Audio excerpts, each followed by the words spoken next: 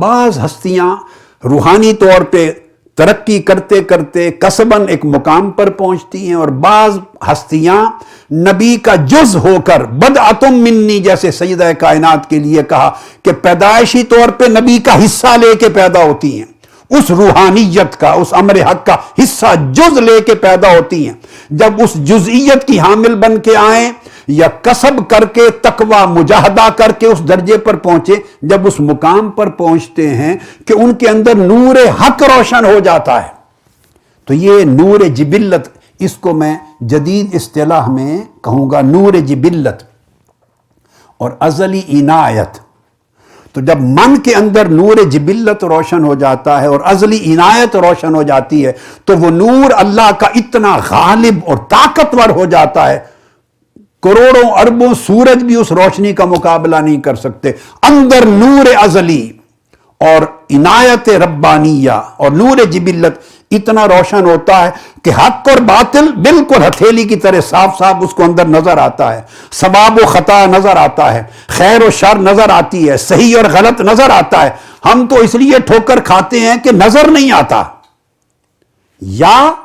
نظر آتا ہے مگر شہوانیت کا غلبہ ہوتا ہے۔ دو سبب ہیں، ہم اس لیے ٹھوکر کھاتے ہیں، ان کی شہوانیت کا غلبہ پہلے ٹوٹ چکا اور نظر نہ آنے کا ڈر ویسے ختم ہو گیا چونکہ نور حق جل رہا ہے، لہذا ہر چیز جدا جدا ہوتی ہے، وہ نور انہیں محفوظ رکھتا ہے، ان کا قدم کبھی خطا کی سمت اٹھ ہی نہیں سکتا، وہ سر تا پا ثواب رہتے ہیں،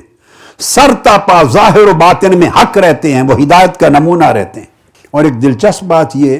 ہم انسان ہیں، آپ سب ہم انسان اور بشر ہیں، اور انسان اور بشر کی طبیعت میں کبھی اگر کسی ایسے امر کی طرف میلان یا رغبت پیدا ہو جائے، عمل نہ کیا ہو، فعل نہ کیا ہو، دل میں خیال پیدا ہو جائے، رجحان پیدا ہو جائے، میلان پیدا ہو جائے، رغبت پیدا ہو جائے، جو مجھے یا آپ کو یا بندے کو، انسان کو، بشر کو حق سے دور لے جا سکتا ہے، جو میلان حق سے دور لے جا سکتا ہے، یہ میلان ہوگا، پھر ارادہ ہوگا، ارادہ پھر آپ کے فعل میں بدلے گا، تب صادر ہوگی خطا۔ یہ تو لمبے مرحلے پڑے ہیں۔ ابھی جو میلان یا رجحان پیدا ہوتا ہے طبیعت میں، تو ہمارے اندر چونکہ سارے عوامل ہیں تو ہم سے وہ صادر بھی ہو جاتا ہے، اور جن کے اندر نور جبلت اور ازلی عنایت اتنی طاقتور ہو جاتی ہے کہ وہ میلان پیدا نہیں ہوا ہوتا کہ وہ حفاظت پہلے کر لیتی ہے۔ حق سے دور لے جانے والے میلان کو پیدا ہونے سے پہلے ازلی عنایت ان کی حفاظت کر لیتی ہے۔ وہ وَنَفَخْتُ فِيهِ مِن رُوحِي، اندر جو روح ربانی جس کا چراغ جل رہا وہ وہیں حفاظت کر لیتی ہے، اور ان کے دامن خیال کی بھی حفاظت کرتی ہے۔ فعلاً غلطی کا صادر ہونا تو بہت دور کی بات ہے، ان کے دامن خیال کی بھی حفاظت کرتی ہے۔ اس لیے ان کو اللہ رب العزت نے نہ صرف حق کی راہ دکھانے والا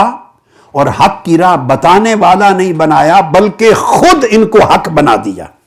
خود ہی اللہ نے ان کو حق بنا دیا ہے۔